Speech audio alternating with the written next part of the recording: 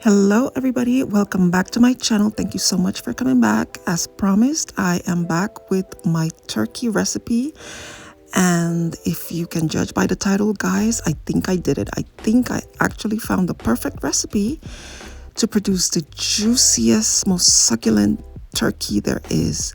If this is the kind of content you would like to see, please subscribe to my channel, and yeah, let's get into it. I hope you enjoy it. Let's start. First, I'm going to start with the rub I'm going to apply to my turkey. And the first ingredient is rosemary. Now, before you come for me, guys, my chopping board is not dirty. It is stained. It is white and it has stains from all the different foods that I have chopped on it. Turmeric, ginger, carrots, beets, you name it. So what you're seeing is not dirty. It's just stained. Okay, let's move on. So the rosemary that I got came in whole form, so I decided to put it in the blender because I'm going to be using it in powder form. So I was putting it in the blender. Then the second ingredient is black pepper. Each one of the ingredients is 1 teaspoon. So 1 teaspoon of rosemary, 1 teaspoon of black pepper, then 1 teaspoon of smoked paprika, and 1 teaspoon of oregano powder. Also 1 teaspoon of thyme,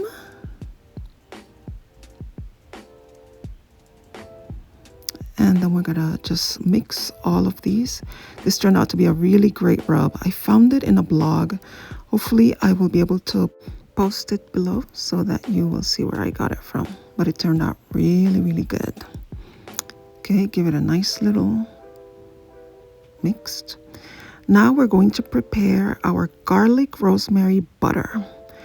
The thing you're going to do is you're going to take garlic, a whole head of garlic. You're going to cut it in half, put both of them into some foil, and then you're going to put it in the oven, 350 for about 25 minutes. Then when it comes out, you are going to take some room temperature butter and you're going to mash it up.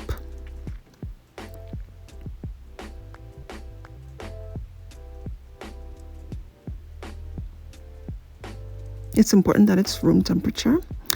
Then you're going to put some of the rosemary. I didn't measure this part. I just kind of wanted to see the little flecks of rosemary in it. And you give it a nice little mix. Then you're going to take the garlic that has already been roasted. And I mashed it with one of these garlic presses or garlic masher, I believe it is. And it was so easy to mash because it was roasted really nicely. By the way, I forgot to say, when I put the garlic head in the oven, I put some olive oil on top of it.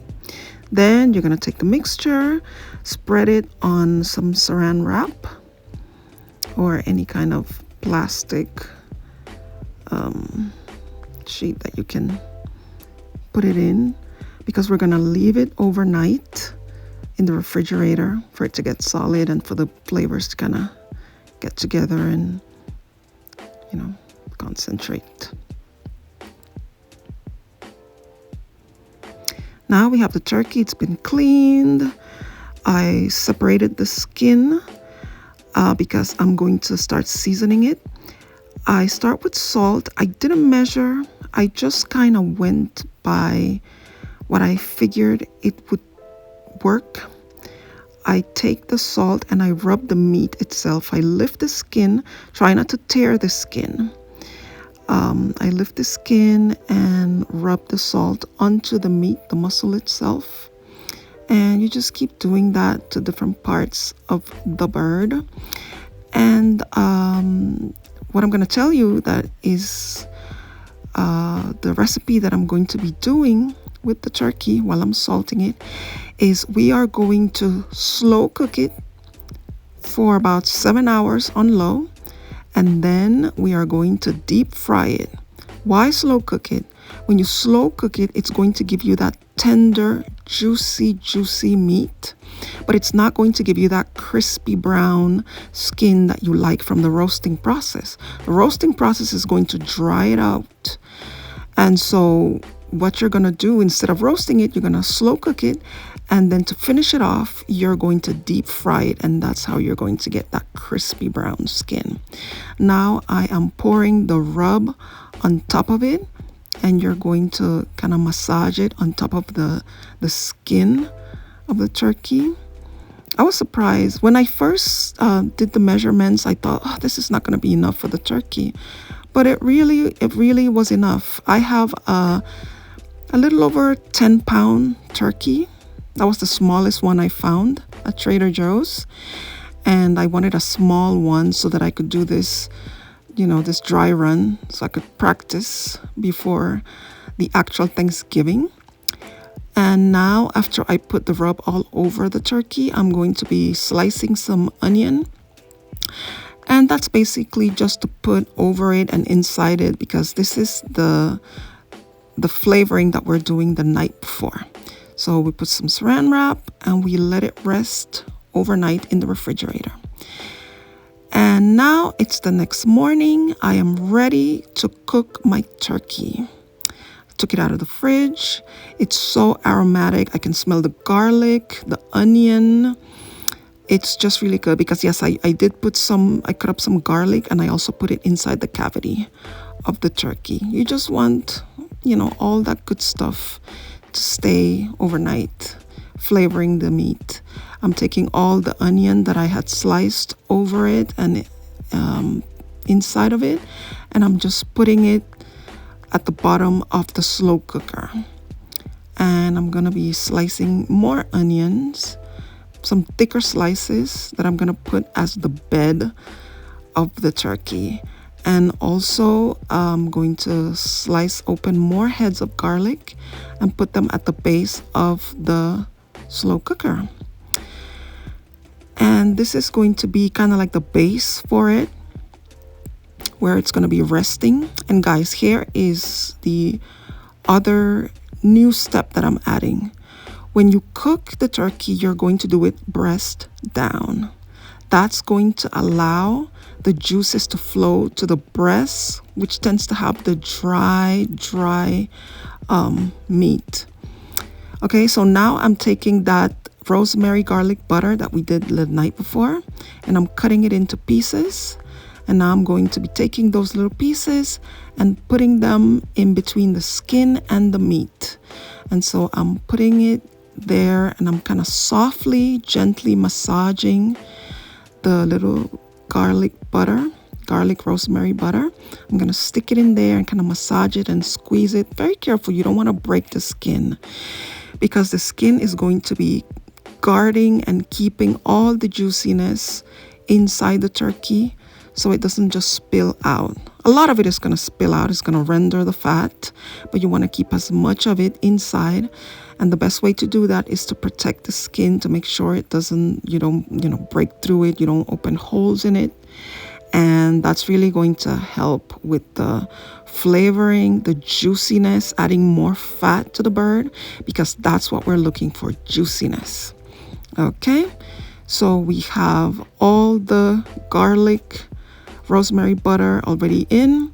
We have the bed ready for the turkey. I'm sorry, it was kind of out of focus. This was a hot mess, guys. I was trying to do something innovative with the camera, kind of attaching it to myself.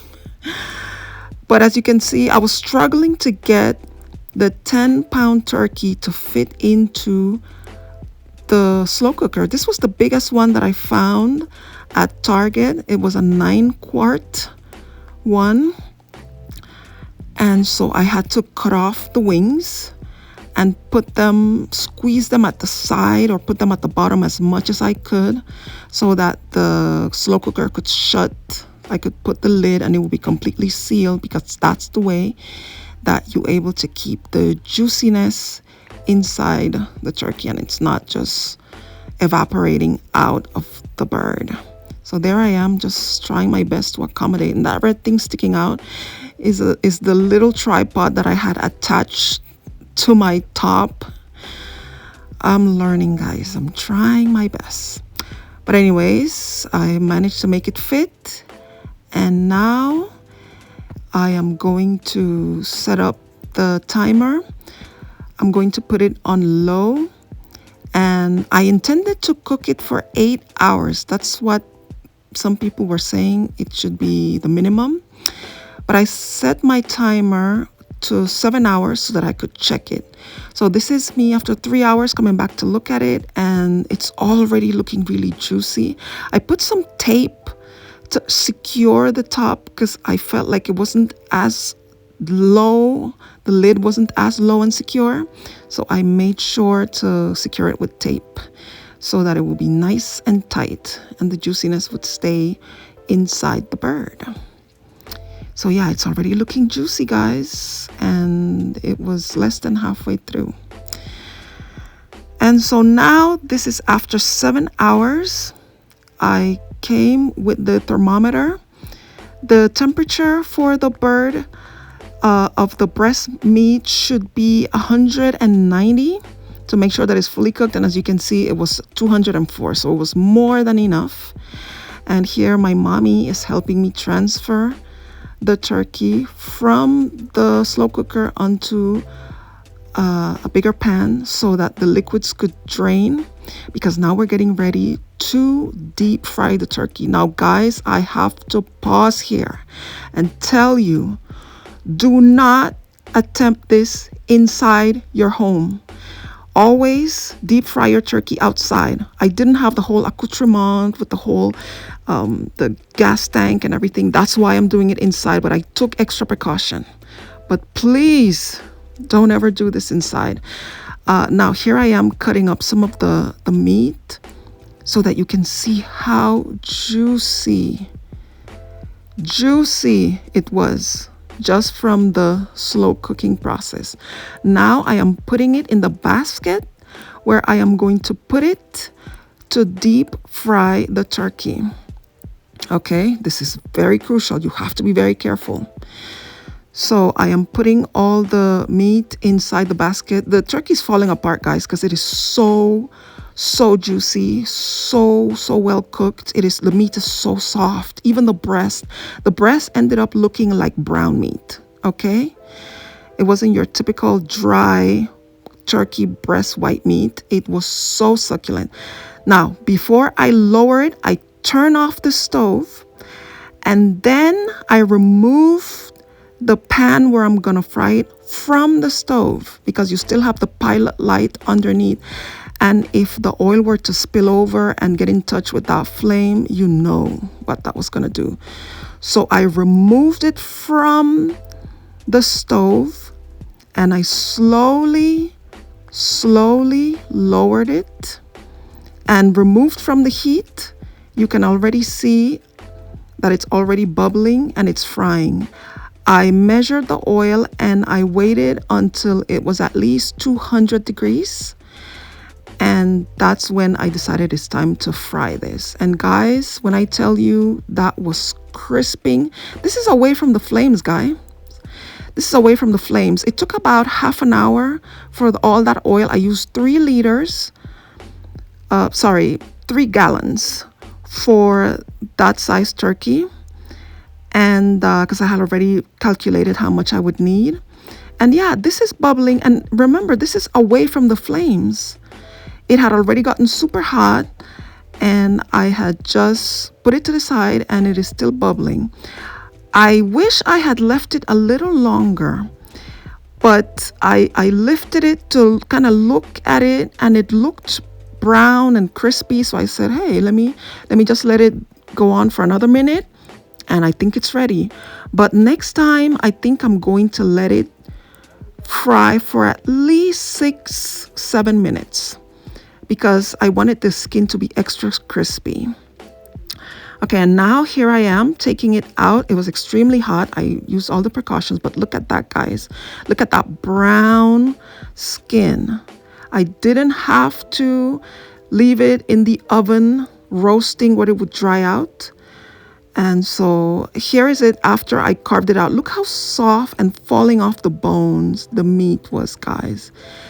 This was so juicy. This is not the turkey that you are going to serve whole, because it's not going to survive. It's going to fall apart. And here it is when I was carving it all.